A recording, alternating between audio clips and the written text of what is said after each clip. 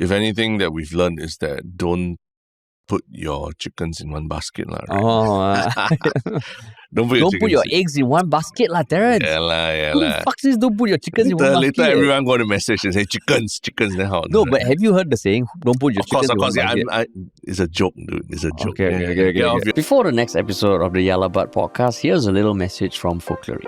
Now, it's Mother's Day on 12th May, and you still haven't found a gift for your mom.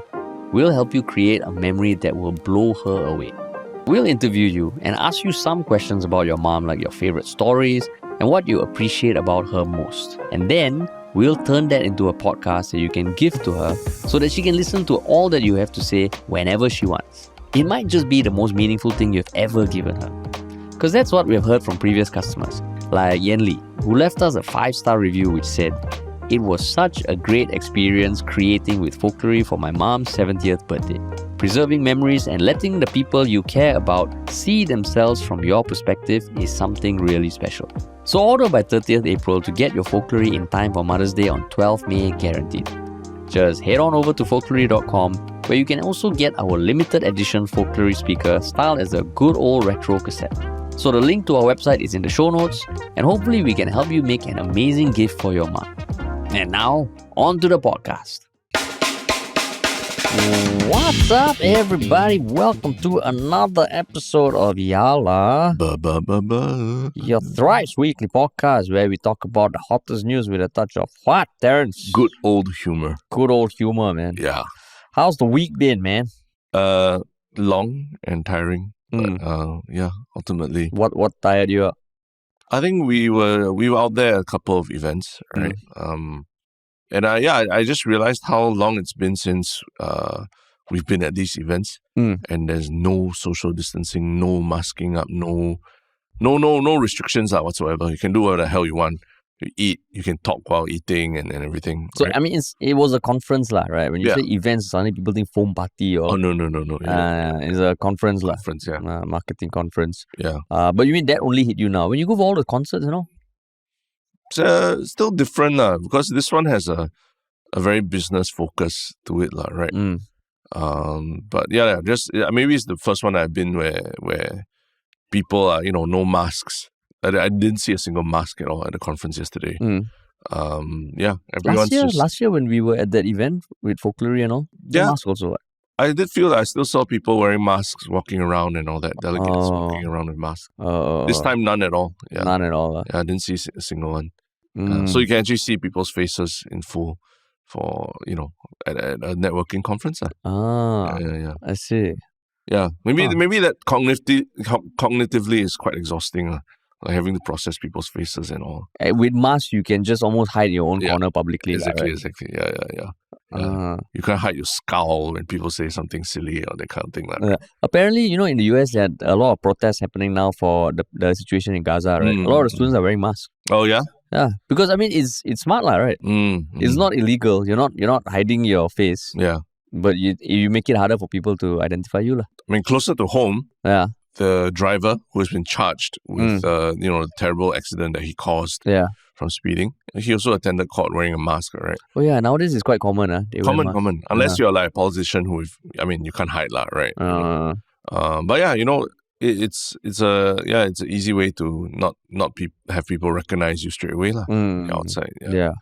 Oh, interesting. I mean, just one thing also to follow up on the thing we were discussing in the last episode, the little debate we had at the start of the episode about whether it's don't count your chickens before they hatch. Oh, it's chickens, yeah. It's chickens, Yeah. I already moved past it already. How can you have to bring up? No. The last episode at the start, you had not moved past it yet. You were still digging deep. Of course, Harish. But we in real life, I already told you. Oh, yeah. No, I think it's important for the listeners. I see. To know that. So you need to play a role to pretend like we're still talking about it, lah. No. I just wanted you to clarify. Okay, let's play along. Yeah. How, Harish? You were correct. Yes. Wow, Terrence so easily triggered. Yeah. That's all I needed to hear. No, not triggered. I'm just saying, I already off so-called off air. I already did look up. I was like, okay, lah. I don't know, but there were, a few comments on Reddit, Instagram. So just wanted to let the listeners know, Terrence. Because I saved it for one Shiok comment section. That you have accepted. Accepted. Chickens. Yeah, okay. It's just like, I mean, we, for fun, it's like to be a prick, you pretend to list omelette thing. And I never call you out on, I just let it be. But okay, I get it. Okay. Keeping score. Always keeping score, man. Always. Life is about keeping score, man. Yeah, but I mean, it did make me realize there are terms in my life that I have gotten wrong till, late into my adulthood. That when I finally discovered that, I've been saying it wrong all this while, it's quite... it's quite a revelation. So I was telling you, one of those terms was flimsy. I always, for most of my adult life, thought the word was filmsy. Because, film, something very thin. So it's filmsy means it's like, easily broken apart. So only, I think, in my 30s or something that I realized that I've been saying it wrong my whole life. I've been writing it and saying it wrong my whole life. It's flimsy. Yeah. So I mean, I think I asked you whether there were anything like that, but you were like, oh no, I know everything. No, I never said I know everything. I never said I know everything. I don't know a lot of things. Yeah. But you choose not to say like, omelette, But in my defense, flimsy versus filmsy is literally a different position of the letters. Correct, yeah. Omelette and omelette, I don't spell it differently. Huh? I don't spell it differently. Oh yeah, but I mean, you know it's not the right pronunciation. Some people will understand. I think there's been like some comparison about people like British English. They say omelette. Do really? They do? I think I remember seeing it somewhere. Really? Yeah. I mean, I can Google it real quick. It's okay. Or I can take it offline. No, we can leave it to people to debate as well. Terence, but how long have we moved on past the omelette already? We've not moved on past it because you still insist on saying it, and now you're saying that there's more backing for it. Yeah, I will find that, and if I can find something, yeah. So apparently, like there are 38 pronunciations of omelette in British English.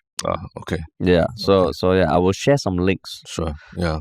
But yes. But yeah, correct. So I stand corrected. Famous words of Lee Kuan Yew. I am still in process. In denial, in process. Potentially in denial. Yeah, but yeah. We do have a big topic to talk about. And before we jump into it, anything to spiel on, Terence? Is if you're new to this podcast, which I think some people might be, because like our James Lim episode recently has gotten quite a lot of views, and I think people who have never discovered a podcast are discovering it for the first time, as I can tell from the comments. Welcome. Please follow and subscribe if you want to see more of these kind of things. We've got a lot of interviews with interesting people lined up, but day to day, we also talk about current affairs and things that matter to the average person, right? And if you want to work with us, you can reach us at ministryoffunny.com. Yeah. You can leave a little message, or you can email us at contact@ministryoffunny.com. And sometimes you might take a bit long to reply, but we always try to reply. Yeah. So if you have emailed, just hang on tight. So, but before moving on, like actually, we just touched on it. Like you were speaking at a marketing conference yesterday, like the Marketing 360, right? Content 360. Yeah. How was that experience? Being on stage talking about podcasts, I mean, it was interesting because, like, for people who are not in the industry, it's an event that brings together marketers to learn about trends or interesting things that companies are doing. Yeah. And I mean, this year there was a panel about podcasting. Yeah. Which is quite interesting because I mean, like, even for us, like, brands are slowly thinking about podcasts. But if there's an interest, that's good. Good, which means that there's more opportunities to work with brands and grow the show. Yeah. Of course, some questions they ask just kill me in the soul. Like what kind of what is the ROI of a podcast? Oh, yeah. I think because it's coming from a marketing executive kind of view, right? Yeah. They think about it for... Like one view equals to one podcast listen, which is not the same. Yeah. But yeah, like, it was interesting. And like people were genuinely interested. And like we spoke to a lot of interesting people. Food was good. So yeah, it was cool. I mean, yeah, one of the terms that I learned yesterday that I thought was very applicable to the ideal podcast is intimacy at scale, right? The concept of a podcast allowing you to build a very intimate relationship with the audience, but at scale. Like at scale, it's like sitting in a long dinner conversation with somebody, right? But don't you feel that's a bit too mechanical? No, I thought it was very heartfelt. I mean, I thought it was like from, like it's a nice, very succinct way of describing. Intimacy at scale. Yeah. Maybe that's the way to phrase it to a certain audience. The marketing audience. The tech industry lah. If scale is important to you. It's always about scaling, you know. So now we're also being intimate at scale, I guess. Intimate at scale, yeah. Global yet intimate. We're doing contrarian views at scale, right? Yeah, contrarian views. Yalla butting at scale. Debating omelets, chicken chicks at scale. At scale. At scale. Always at scale. I'm just amazed so many people actually, looked into the chickens and chick thing and wanted to respond, to get on their phones and respond chicken. There's a visceral reaction for something that's so wrong. So thanks for the chickens who came out. Yeah. Thanks everyone for pointing out chickens. Cool. Yes. All right. Shall we jump into the first topic? Yeah, big topic, man. Yeah. And it is the news that a bill has been signed by the President Biden to potentially ban TikTok in the US. And I mean, we have spoken about the whole potential TikTok ban previously. I think that was when the House had voted for it. Yeah. And for any bill that is passed for it to become law in the US, it needs to be approved by the House. And then it goes to the Senate, and then it's approved by the Senate, then it ends up on the president's desk. If he signs it, then it becomes a law. Yeah. So this, I mean, by the looks of it, it's going to become a law. But whether or not TikTok gets banned, it's a whole different thing. Yeah. But, I mean, even before yesterday, there was talk, okay, it's gone past the Senate. Yeah. It's going to end up on Biden's desk. But how were you thinking about it? Because I've heard some people say, it was never going to happen. Biden's not going to sign it. But other people were like, of course he's going to sign it. But where were you on that? Yeah, I was under the camp that it would probably be a very long time. I think that it will stall for very long. But in a few months, it's moved all the way to becoming a reality already. And it seems like this is, whatever happens, TikTok is going to be very different in the next 12 months, right? From what it is today, right? It's not business as usual. Yeah, in the sense that something will happen. Something has to happen to make it work. Like from what I'm understanding and hearing and reading about is that this is real. This is a real move already. But do you think Biden was going to sign it? Did I think Biden was? He still hasn't actually signed it. He signed it? Signed it already. Yeah. So, correct. So he has 12 months, right?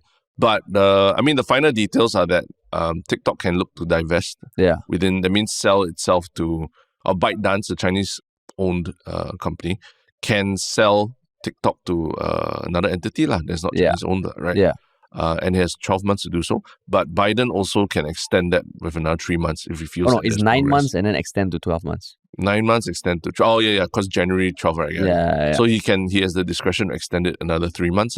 Which the most important thing, can bring it past the next election, right? Yeah.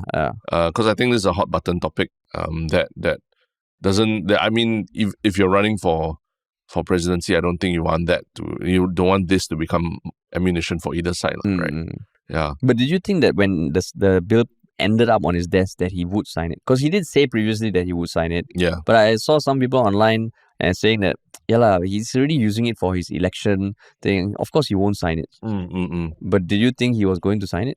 And that's the funny thing, right? Like the White House and Biden themselves, they're still continuing to use TikTok. They're going to be using TikTok for campaigning and all that. Yeah. So, the general my thought was that, it wouldn't be signed so quickly. It would be much later or much closer to the election and everything. Yeah. But just looking at the fine print, there's still a chance that to push it beyond the election. Yeah. I think the 9 months already takes it beyond the election. January, right? Where January. So the whole year, takes past the calendar year. Yeah. Okay, but this was interesting. Like before he signed, I did feel that if it ends up on his table, he would sign it. But I didn't know whether the Senate would actually pass it. Yeah. But then if you look at the way it was passed, it was also quite interesting. Because it was part of a bill that contains stuff about foreign aid as well. Which was quite interesting. So essentially the bill had 4 measures. Yeah. The first measure was aid for Ukraine. Then the second measure was aid for Israel. Yeah. The third measure was aid to Indo-Pacific allies, mainly Taiwan. Yeah. And the fourth measure was something about the Repo Act and sanctions, which just means that the US can transfer seized Russian assets to Ukraine and the TikTok bill. Yep. Which is requiring ByteDance, like what you said, to sell the app within 9 months or risk getting banned from operations in the US. Yeah. So it wasn't just that bill, which was quite interesting. And even within this measure itself, it was packaged with something else. Yeah. So all 4 measures passed with overwhelming support. Ukraine was 311 to 112. Israel was 366 to 558. Yeah. The Taiwan was 360 to 385 to 334, and TikTok was 360 to 58. Yeah. So, I mean, I found it interesting that it wasn't just a standalone bill. And it just felt like even the other ones were quite polarizing, but this one allowed people to kind of pick their sides across Republicans and Democrats. But what else stuck out to you from this whole unveiling, this whole process? I mean, people are saying that it was almost like a footnote in the bill, right? Yeah.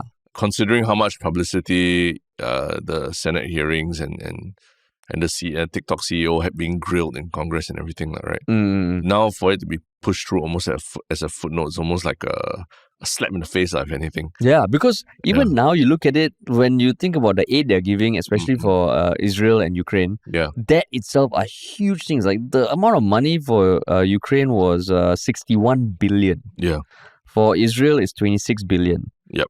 For Taiwan, is 8 billion, which is huge ass amounts. And even those itself, like I think for the Ukraine aid, only Republicans voted against it. For the Israel aid, there were a lot of Democrats who opposed this bill. Yeah. For Taiwan, I think this was the most bipartisan. Yeah. And TikTok was the one that a bunch of progressives and far-right Republicans opposed. So each of them had their different opposing forces. Yeah. But I guess the one big thing about this is that, TikTok, the CEO, Shou himself, has come out and made it very clear that I declared it as a ban on TikTok, right? Which you can tell that they're definitely pushing it in that angle where they're trying to tell people that this trampling on your constitutional rights to free speech and all that, right? And they're threatening to, they are going to have to take legal action, right, to try and block it on those grounds. But yeah, TikTok is pushing the narrative towards like, oh, we're being banned from the app stores and this is affecting you as an American, right? But just to remember that what a lot of this, and I'm not defending the bill by any means, but I think that there are options. You could sell to another company, right? And TikTok would still exist, just that it would be in the ownership. Not necessarily an American company either. It could be a company in Europe, or it could be even another Asian country or something. It's just that realistically, who can afford to buy TikTok now, right?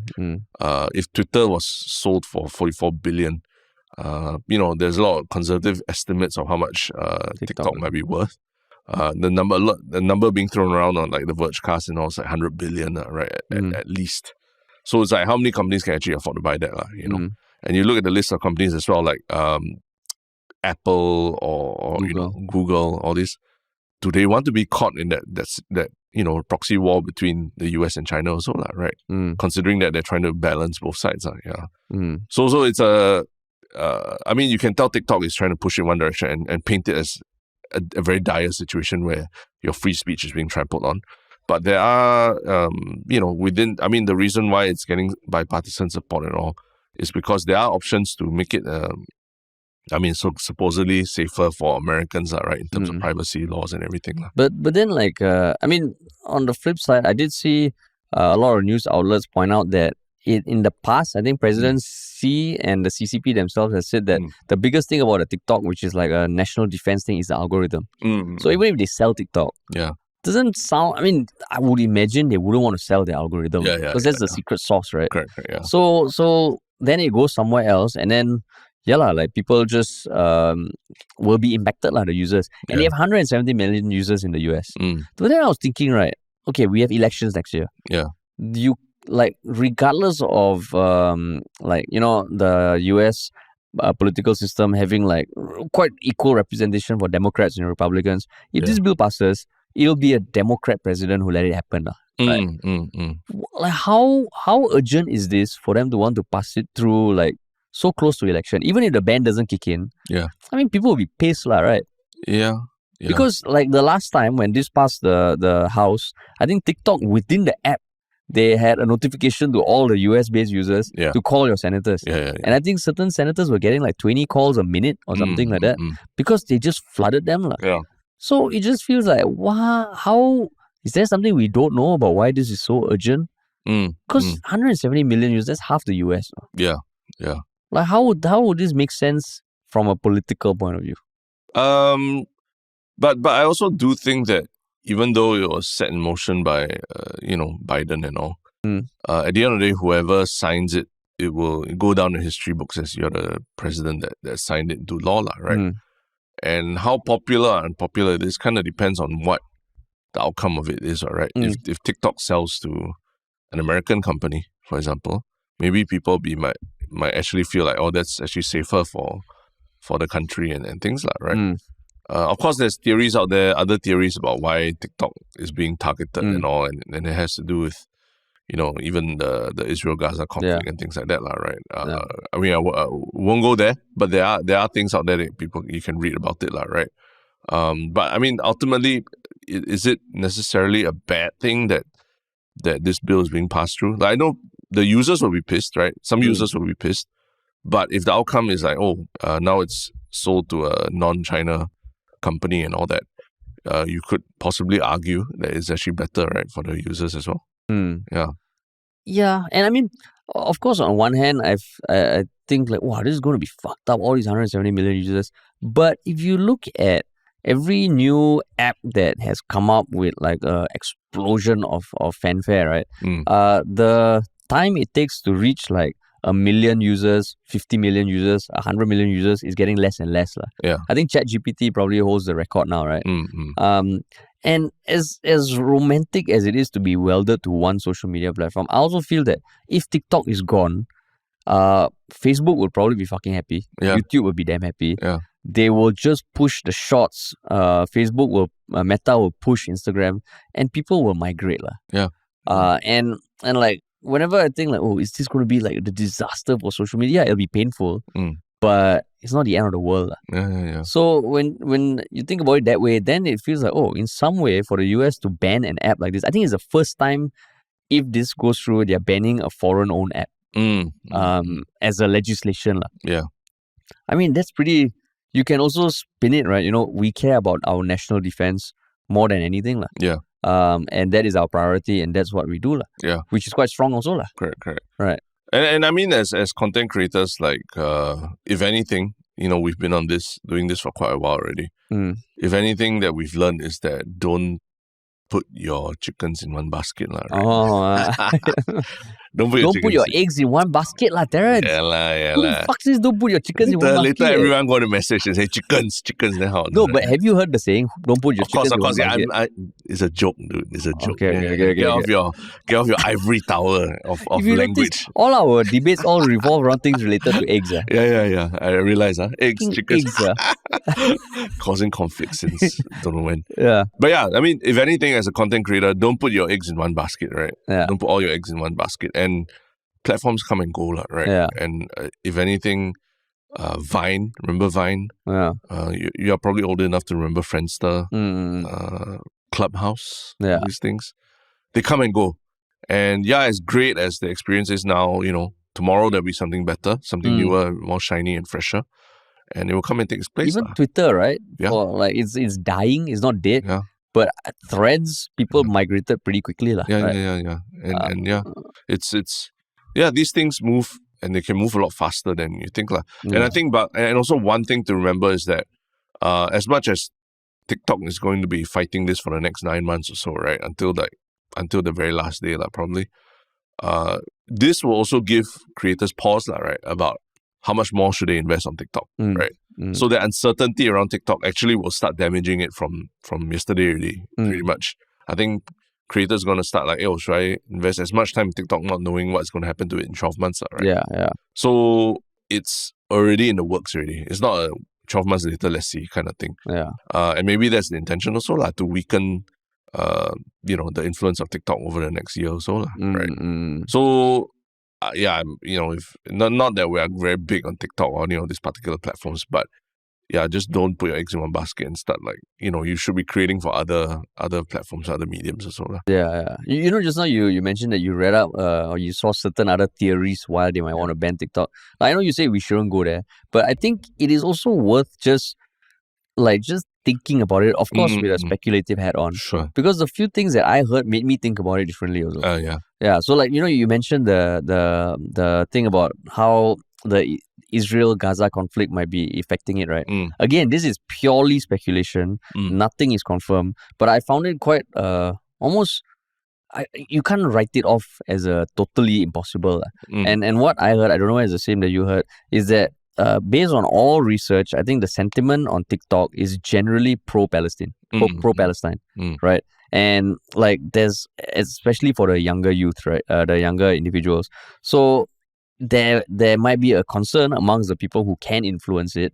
That is not a sentiment that is worth becoming the norm, and that's why an app like TikTok should be removed, because again, there's a lot of research showing that young people, especially in the US, I won't be surprised if it's globally, they get their news not so much from mainstream media, but from sources from platforms like TikTok. So if they are not say so easy, if they're getting their info there, they're shaping their thoughts and perspectives on that, and as a government, the US government, you cannot control that, right? Then they're just being they're freaking out. Yeah. So that was one thing that I heard. Was that similar to what you heard? Yeah, exactly. Yeah. So I mean, interesting. You think about it, you're like, oh shit. And the one YouTube video I saw, the commentator, clearly he's very anti-establishment, and he said this is not about China at all. It's just about the minds of the young people. The Israel sentiments towards Israel and Gaza is one example. But you imagine if you're a government that, and it's not say the politics there is like Singapore, where the incumbent has a very high chance of remaining the incumbent, right?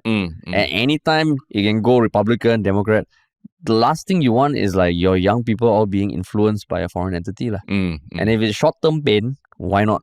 But you cannot have a country like China, which is already one of their competitors for global superpower, influencing them to that extent. Which I thought, I was like, oh shit, I never thought about it that way. Yeah. But even in Singapore, right, you can see generally the sentiment on TikTok is a lot more swayed towards pro-Palestine.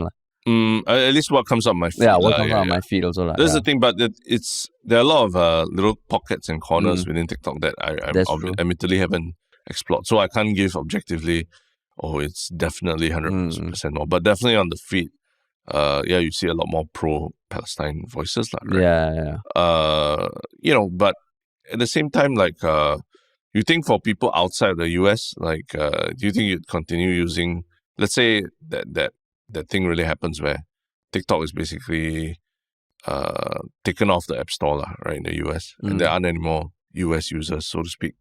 You think it'll affect the rest of the world in terms of the use of TikTok? I don't think so. Oh, really? I think it depends on the creator themselves. Okay. But I also think if you look at a global thing, America has 170 million users, but the rest of the world, I think they have more than 1 billion users, right? What, TikTok? Yeah. I'm not sure the exact numbers. I mean, it's a huge ass number.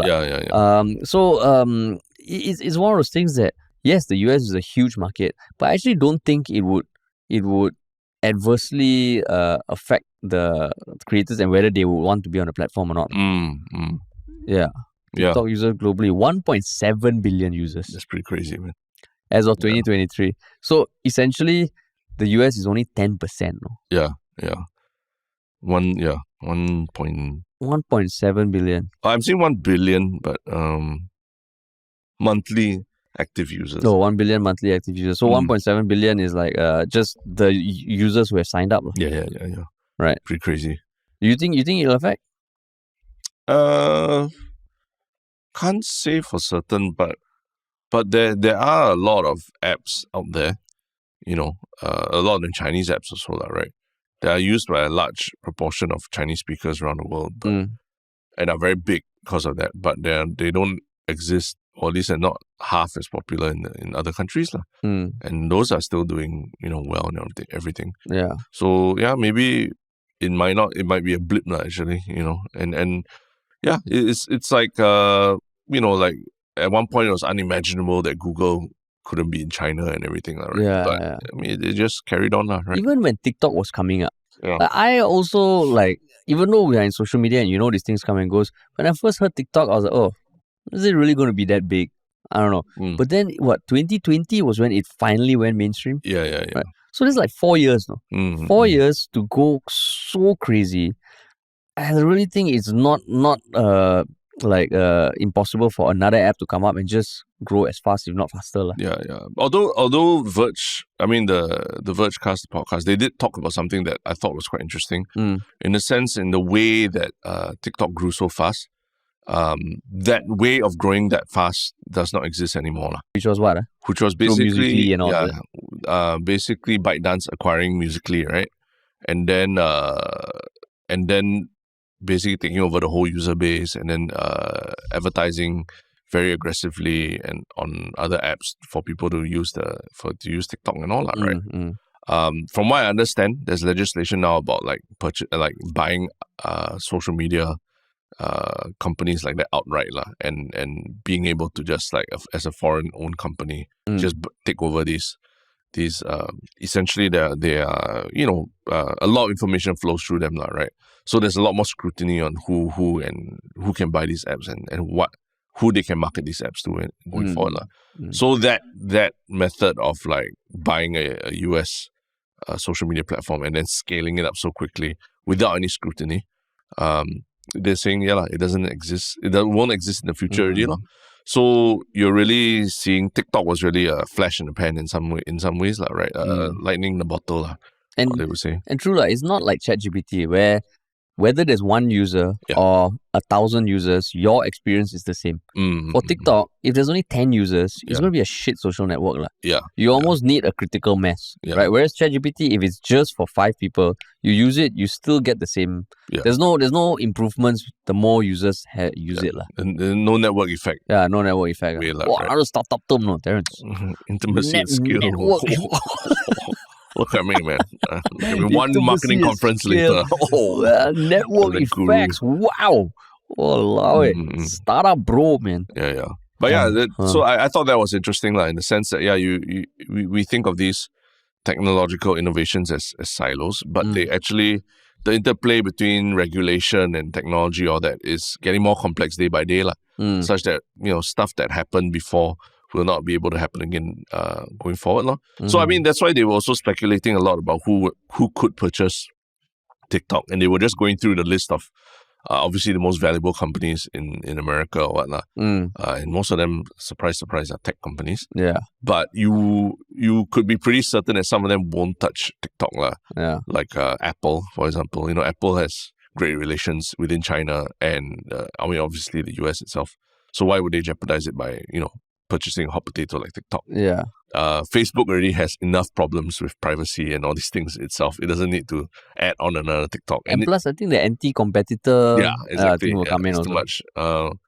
Google might be all over this, but Google has a rep for purchasing companies and then eventually killing them a few years down the line or something, right? Shutting it down and all that. So the users might not be happy.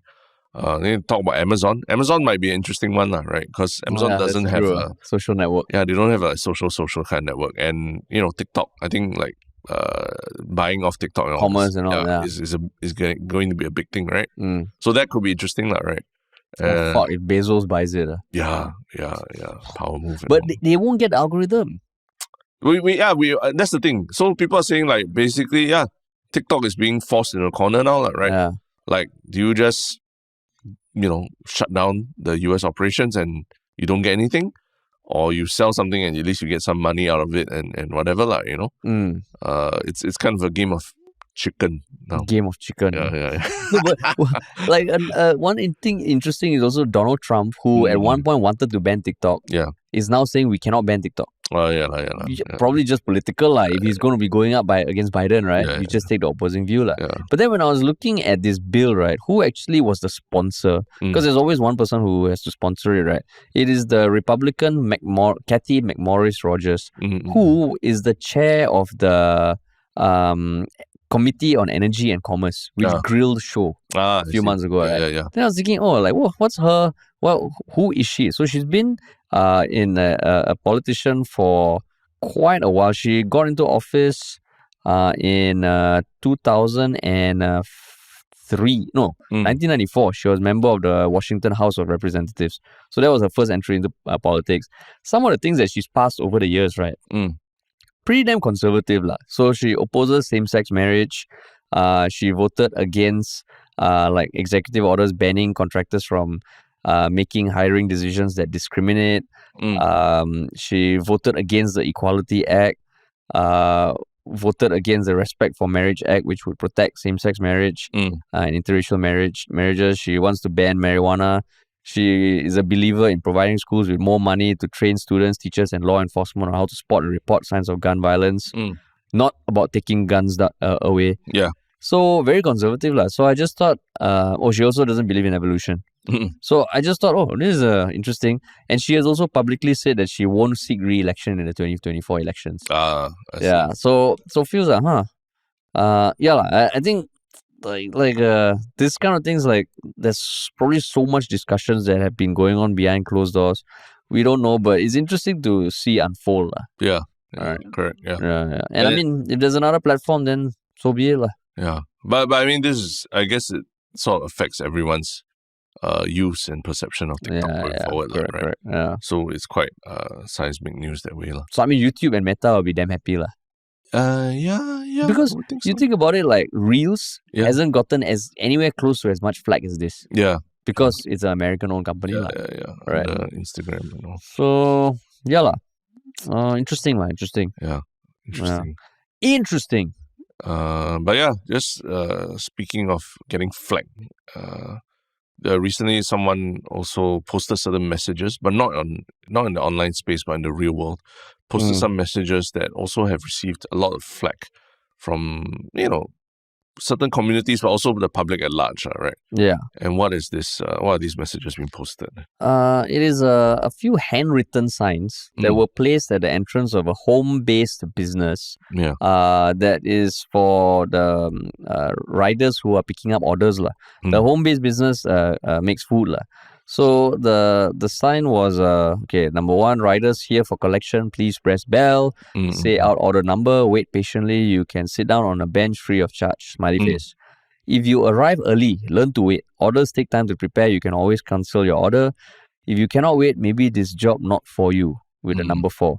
Here are some jobs that require no waiting you can consider: toilet cleaner, grave digger, landscaping, elder care. So it was posted in the Facebook group on Instagram by Wake Up Singapore as well as SG Riders, which claims to be speaking on behalf of all delivery riders in Singapore. Yeah. So so it just felt like of course everyone was shitting on it. But what do you think?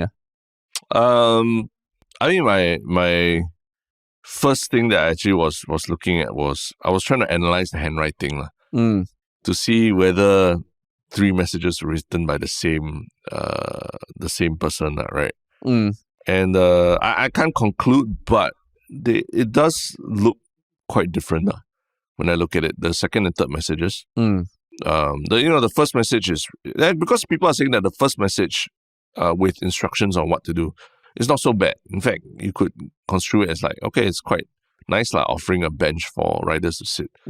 But the second and third messages start to take a really snarky tone and remark. Almost felt like it's like a different person who wrote it. And then when you look at the handwriting, it's a bit different. I don't know if you noticed. Like I noticed now. The font is different. Even the way they write. I mean, like the first one, they were trying to, write in a quite a cute way, with a mix of capital letters and small letters, and all. But the second message is just straight out all caps. But there's also a smiley face in the second message, correct, the first message. Correct, yeah. And the smiley face looks quite similar, right? But all caps means like almost like very angry at it. Then the third message, again, all caps, right? Almost like they lost patience to try and write it in a nice way already. So, I don't know. Is it maybe this home business has more than one person, and then like maybe the first message was there, and then the second, then after that they were like, hey, people are not getting the message to wait. Like we got to write a more angry message and then put that already. Then after that, still people, the riders are still like ringing the bell incessantly, and then they're like, hey, no, we got to be even angrier. And then they wrote an even angrier third message. Yeah. So I mean, they haven't disclosed, or people haven't disclosed which home-based business is They this, have, right? They have. They have? On the Today article, it's already named, they already named and identified the home-based business already. Oh, I thought it's identified already. It's identified already. Oh. Yeah. So I mean, like, it's a, it is. Yeah, we don't even name it, but it's a coffee and cookie business. Yeah, it is. Yeah, and I mean, I think they have a history for replying to comments quite snarkily, and reviews. Yes, correct. But how do you feel about it?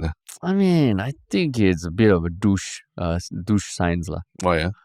I mean, very passive aggressive. And yeah lah, like being a delivery rider also is a damn shag job. Yeah. If there's a delivery rider that's an asshole or something, because we find assholes everywhere. I mean, I don't think all of them are assholes. Like, have you ever dealt with like rude delivery riders like often? Not really. Most of the time. I mean, you can be. I guess you can be unhappy with the quality of the stuff delivered, all that, but a lot of times it's not their fault. Per se also lah, right? And of course, we are speaking as consumers lah, right? As business owners, I mean, we don't run an F&B business. Yeah. So might be different. Might be. But even in this case, like, it just felt like a bit. I'm thinking of what is a but to this. Because but I think there is a but to this. There is a but. Recently, I was in just talking to some friends who were telling me about this home-based business that does desserts or something like, right? That the desserts are really amazing. Like, everything tastes great. Handmade. They use real milk and everything. But the guy, the owner of the business on Instagram, like, no holds barred lah when it comes to like scolding people and all that lah. In the sense that, let's say you order and then you ask for certain things like, oh, please, leave it at the door, don't knock the door and things like that, because I got my, my baby sleeping or something. Apparently, he would post these on his Instagram and scold the customer who asked for this request, saying that they are entitled and stuff like that lah. And to me, when I heard this kind of thing, I'm like, that is a business I wouldn't want to frequent, right? Yeah. But these friends were telling me that no, the quality of his stuff is so good, and a lot of times he's saying that the customers should not be so entitled, like as I'm running a business and like asking for these things is just being very entitled as a consumer, right? Yeah. But to me, I felt like remember that we talked about that Sundere Cafe. One where you go to get scolded by the staff of the cafe, a Japanese concept. We go there to get scolded by the Japanese maids and all that, right? Yeah. I guess some consumers like that kind of thing, where the business is rude to them and then the business says it's because I only care about the quality of the product. I don't care about customer service and all that bullshit, right? Yeah. And then some people like that. It's like going to a hawker center and then you order from the store that the auntie is very rude to you, scolds you for not ordering fast enough. But the food is so fucking good that you cannot say no to it, right? But this one is the delivery riders who are hearing this, right? It's not the customer. Correct. But I'm just saying the general tone of this store. It sounds like that kind of thing. Old uncle, like an old uncle. Old uncle, where maybe someone is like, I only care about the quality of my thing, and if you are rushing me for your order because you want me to compromise, and you expect me to compromise the quality of my food or what, then sorry like go and find another job lah. I'm just saying that this is the general tone of this business owner. And I'm seeing a trend that people are not 100% like all about, customers always right or anything. People are starting to realize, hey, sometimes there are customers that are assholes. Maybe they're also saying maybe sometimes there are delivery riders who are not the nicest also. And this is the business owner's way of like responding to it. Do you know? I get what you mean lah. But then the thing is, the customer, you tahan the pain, you tahan the snarky comments because you're going to eat something you feel is damn shock lah. Yeah. For these delivery riders, I mean, you're going to get paid, what? You're going to get paid, right? You're going to get paid lah. But like I'm not fully sure, but as a delivery rider, you can accept jobs, you can reject jobs lah, right? Yeah. So technically, this one, if the word spreads, they can reject jobs from this particular person lah, right? So if that's the case, then it's in their right to do it. Oh, so you're saying that if a business owner wants to do this, sure, they can do it. They do it. They just suffer the consequences, lah. Yeah. If they got enough appeal, Yeah. people don't care. It's fine, lah. Yeah. And maybe they want to, weed out delivery riders who Not patient, lah. not patient, right? Mm. I mean, like you said, we are consumers. We're not business owners who deal with delivery riders day to day. Yeah. Maybe there's something happened in the past, something really unpleasant that happened in the past that made this business owner react like this, lah. I mean, it's same. You watch a movie, you think, wow, the actor, actress, damn shook and all. But working with them might be a fucking pain in the ass, lah, right? Yeah. And I mean, so it's like it's kind of related to all the stuff that's going on now, where, like when accidents happen, there's usually an in-car camera from all the parties of accident, lah. But you have to examine all the different angles of the accident, right? And you can't just observe the accident from just one camera angle, because that only tells you one perspective of things. Yeah. So in this situation here, you're seeing these messages out of context of what the relationship between the business owner and the delivery riders and the customers and all that has been. You're seeing that taken out of context and made to feel outraged about it, right? True, lah. But Terence, what about the compassion for humans in general? Sometimes this could totally have been worded a bit nicer. Yeah. Nicer. Yeah. If you arrive early, orders take time to prepare because we really put our heart and soul into it, and we really hope you can understand. Here's a free drink. Okay, no need to say free drink. I mean, the bench thing, like you said, like there's a bench for you to rest. You can always cancel your order. I mean, for the delivery person, they want a bit. But my point is, you can say it nicer. Correct, lah. Why you want to put this kind of message out into the world, Terence? Well, it's kind of like maybe this just the personality of the business and the way they talk and everything, lah, right? Who knows? I mean, I don't know, lah. Maybe you go there. On the bench, there's free cookies and drinks for the riders. Free cookies, yeah. But they don't put it down there. So would it change your mind if a wider shot of it was taken and there's like free cookies and snacks for the riders? I mean, maybe. Yeah. But we don't know that. We don't know. Yeah. So what I'm saying is that everyone's getting outraged just based on these messages alone. But we don't know what has pushed this business owner to write, like, from the message 1 to message 3, such a big jump in like the tone, in the snarkiness of the tone. And maybe they deliberately want to weed out like riders who don't have the patience, or will get outraged at some kind of interaction like this, right? Yeah. But I mean, even the choice of jobs that they say no waiting time, I don't believe it's true, man. Toilet cleaner no need to wait. So many times you see the toilet cleaner and the toilet just like waiting. Yeah. Grave digger, you need to wait for people to die. Yeah. Right? I don't think you can just like dig anytime you want. So it felt like, they are snarky. But I mean, but they haven't left a comment or anything. Today I reached out to them. Yeah. I guess if anything, like, it kind of holds up a mirror to the business owner themselves when they say things like some jobs that require no waiting time, toilet cleaner, grave digger. It's like there's a sense of like saying that these jobs are very menial tasks that don't require any waiting, right? And I think that's where those might be the people that are the butt of the joke, so to speak, as opposed to the delivery rider and all. But just generally not say the most pleasant and all. But they put smiley face at the end of the message and all that. Fuck that lah. Aren't you the king of like smiley faces at the end of messages? Hey, I would say my smiley face is quite on point one. I think my emojis.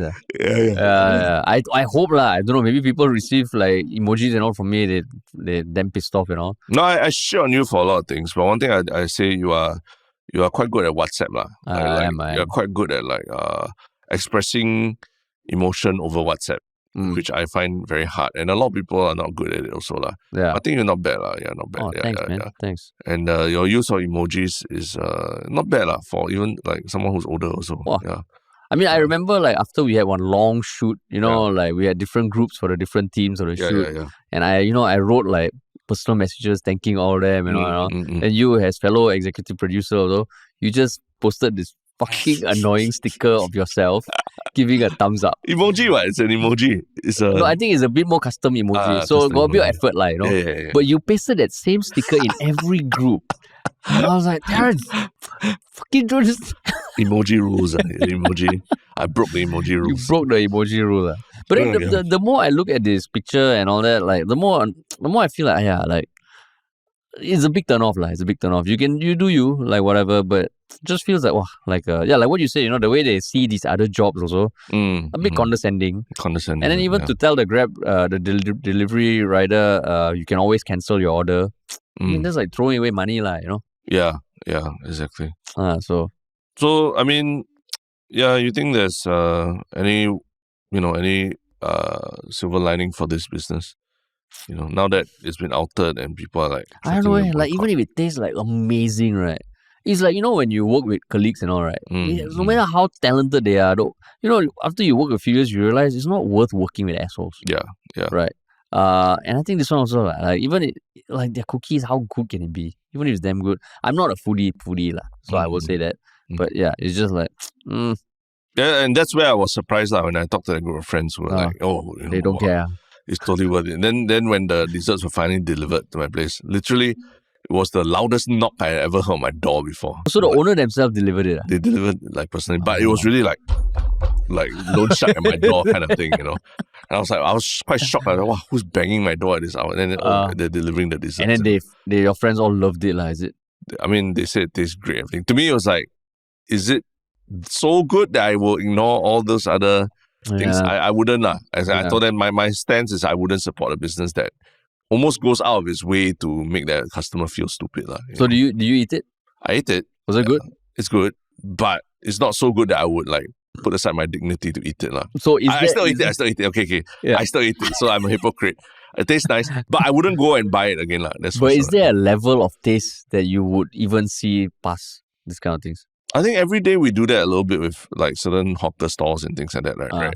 You make trade-offs like when you see a very long queue for something, but people still queue even though it's like the most normal food that you can get elsewhere, like 2 stalls down you can get the exact same thing. But people are willing to trade that time and that discomfort queuing up and everything. But like people being rude to you, that one, you mean there's a certain taste level that you would see past there? I think when they get personal, then I don't like it. Yeah. But if they just, faster you choose your chai that's to me, that's okay. That's still manageable because there's it could be, me, not being too accustomed and I could be faster, right? Sometimes it can be a bit wishy-washy or that. But when they start being personal about it, then it's annoying already. Yeah. Like the most passive aggressive, hey, handsome, or when they. But then when they call you handsome, you like. It's starting to border, and my age now is starting to border on parody already when people call you striker or handsome, that kind of thing already right?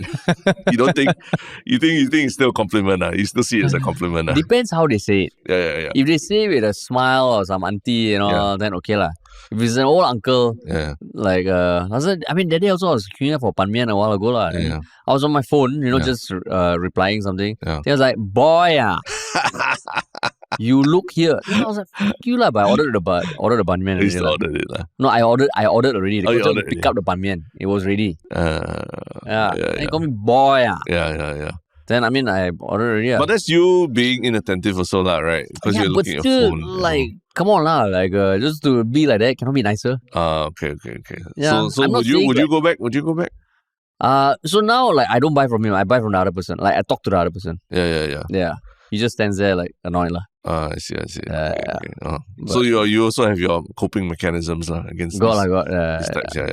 I think it's important. But I think it's worth everyone to draw a line as to what you are willing to tolerate. For personal ethics and all that. That one. If they kick a child or something and then give me the Ban Mian, then I'm like, hey, you give me the Ban Mian, then you kick the child. No. Correct. Yeah. Got a certain line lah. Yeah, so you still enjoy people call you handsome They say you're handsome. Okay. Depends how they say it. Yeah, depends how they say it. To me, I've reached that stage where it's obviously it's a parody already. Like no fucking way I'm a boy or handsome or anything. So it's a joke already. When was the last time someone called you handsome? Or striker lah. Striker is the common saying which I think is you can, if I was in my 20s or 30s, okay lah, You hit 40 already, like you hear this kind of thing, like Hey, 40 is the new 30, you know. True. And then maybe it is the new speaks more to 30. our own insecurities than anything. Yeah, right? that's right. Maybe the person really thinking, wow, he's very the handsome. gentleman look very good. Man. Yeah. And you are like, fuck you lah, you know. Cute, yeah. Call me Schweiker. I mean, okay, lah. In the larger scheme of things, you could be called a lot worse than Exactly, man. right? Yeah, exactly. But yeah, man. Cool. So, since we already covered the chicken thing, what other one should comment did you want to highlight this week? I mean, yeah, like since we spoke about the chicken things already. Yeah.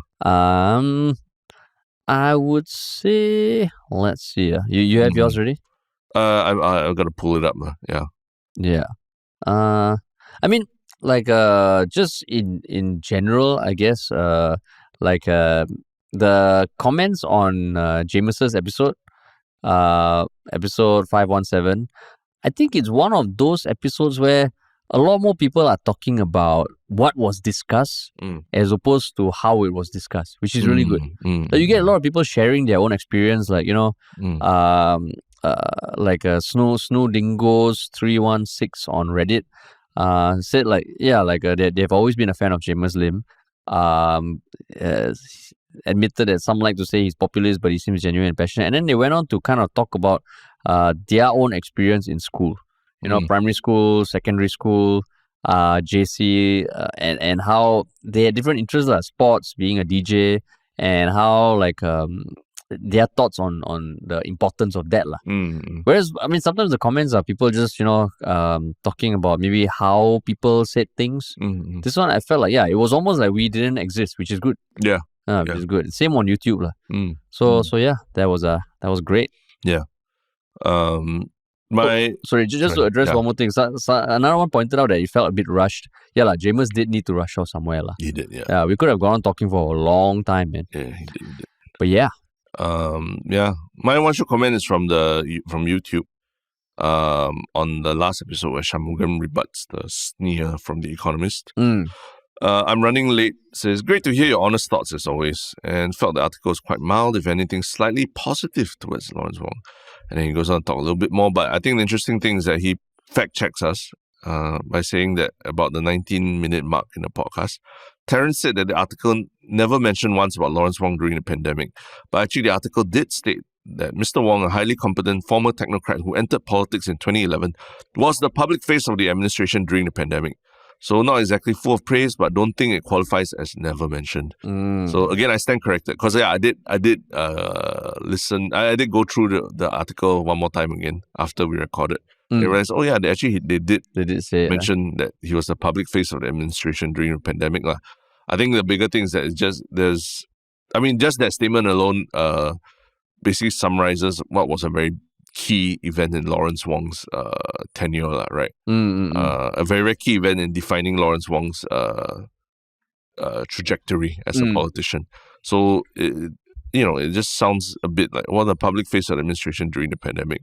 Sounds like a footnote, as opposed to something very talking about how key it was. So, I mean, I stand corrected again. That's a right correction. But I think the general mood of the article was just pushing towards Lawrence Wong being a technocrat. Yeah. Because I also missed that about him, that line. But it says something that both of us read it and we sort of didn't even register with us, right? Yeah. That it was not emphasized in the article. Yeah. That's true. That's true. So fact checked by I'm running late. Yeah. Fact check. Cool. And what about your one Shiok thing? Yeah. My one Shiok thing is a very simple thing. It's recently for some reason my YouTube feed performance by Limp Bizkit came up. Apparently Limp Bizkit performed live in Paraguay at some festival, and it's pretty crazy because I didn't remember Limp Bizkit from the 2000s, right? Fred Durst, and how badass and punk and everything it looked and all, and it's such a image of like rebellion. Right? Now you see him, he's dressed in like he's got a full length like white beard, and he's dressed in like really funky clothes, performing on stage, and singing those old Limp Bizkit songs. And I think it was actually quite interesting because it looked quite funny. It's like watching.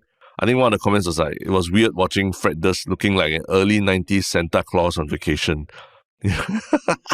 So, yeah lah. I mean, do check out the performance. It's funny seeing all these. What song did he sing? It's a whole hour long. It's a whole hour. Yeah, it's a whole hour long performance of this uncle performing like Limp Bizkit.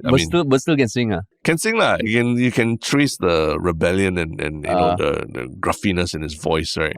But without the same energy as before. He looks like Santa Claus. It looks like Santa Claus performing Limp Bizkit songs. Limp Bizkit. I mean, they were quite popular back then. Oh, they were huge. Yeah, they were huge back then. Yeah. So I didn't even know they were still touring and still doing a thing. But, and where was he performing? Paraguay. Yeah. Wow. Pretty funny. Yep. Cool. My one Shiok thing is because over the years Saturday Night Live has kind of lost its sheen, right? Yeah. But recently they had Ryan Gosling on. Oh yes. Did you see any of the clips? I saw he played Beavis and So that was my one Shiok thing, like there was this skit where he and another character played like these two characters who look like Beavis and Butthead in real life. Yeah. And they were in some way unintentionally disrupting an interview. That was a skit. Oh, yeah. And I just thought it was fucking hilarious because Beavis and Butthead, I don't know whether the younger listeners would know, they were quite iconic in the 90s. 90s or early 2000s. So that was a bit nostalgic. But also, like, Ryan Gosling is funny, man. Yeah. Yeah, and I can't remember the last time I watched like multiple Saturday Night Live clips from one episode. But yeah, it was pretty good. Pretty good, pretty funny. He did a follow-up to the one that went viral the last time he was there called Papyrus. He did Papyrus 2. So it's nice. It's nice. I like that. So that was my one Shiok thing, man. Nice. Cool. Yeah. All right. So that is the end of the episode. Yeah. As always, if you enjoyed it, please remember to share this with someone who may not have heard of us. Follow us on all our social media. Subscribe, leave us a review on Spotify and Apple. And what else, Terrence? You want to work with us? Check out ministryoffunny.com. That's where you can contact us and find out everything that we do, right? Yeah, man. Yeah. Cool. All right. Thanks for listening, everybody. Biscuit, from the Durst, 2000s. right? Yeah, Fred Durst and how badass and punk and everything it looked and all. And it's such a image of like rebellion, right? Now you see him, he's dressed in like he's got a full length like white beard, and he's dressed in like really funky clothes, performing on stage and singing those old Limp Bizkit songs. And I think it was actually quite interesting because it looked quite funny. It's like watching. I think one of the comments was like, it was weird watching Fred Durst looking like an early 90s Santa Claus on vacation. So, yeah lah. I mean, do check out the performance. It's funny seeing all these. What song did he sing? It's a whole hour long. It's a whole hour. Yeah, it's a whole hour long performance of this uncle performing like Limp Bizkit. But still can sing. Can sing lah. You can trace the rebellion and the gruffiness in his voice, right? But without the same energy as before. He looks like Santa Claus. It looks like Santa Claus performing Limp Bizkit songs. Limp Bizkit. I mean, they were quite popular back then. Oh, they were huge. Yeah, they were huge back then. Yeah. So I didn't even know they were still touring and still doing a thing. And where was he performing? Paraguay. Yeah. Wow. Pretty funny. Yep. Cool. My one Shiok thing is because over the years Saturday Night Live has kind of lost its sheen, right? Yeah. But recently they had Ryan Gosling on. Oh yes. Did you see any of the clips? I saw he played Beavis and So that was my one Shiok thing, like there was this skit where he and another character played like these two characters who look like Beavis and Butthead in real life. Yeah. And they were in some way unintentionally disrupting an interview. That was a skit. Oh, yeah. And I just thought it was fucking hilarious because Beavis and Butthead, I don't know whether the younger listeners would know, they were quite iconic in the 90s. 90s or early 2000s. So that was a bit nostalgic. But also, like, Ryan Gosling is funny, man. Yeah. Yeah, and I can't remember the last time I watched like multiple Saturday Night Live clips from one episode. But yeah, it was pretty good. Pretty good, pretty funny. He did a follow-up to the one that went viral the last time he was there called Papyrus. He did Papyrus 2. So it's nice. It's nice. I like that. So that was my one Shiok thing, man. Nice. Cool. Yeah. All right. So that is the end of the episode. Yeah. As always, if you enjoyed it, please remember to share this with someone who may not have heard of us. Follow us on all our social media. Subscribe. Leave us a review on Spotify and Apple. And what else, Terrence? You want to work with us? Check out ministryoffunny.com. That's where you can contact us and find out everything that we do, right? Yeah, man. Yeah. Cool. All right. Thanks for listening, everybody.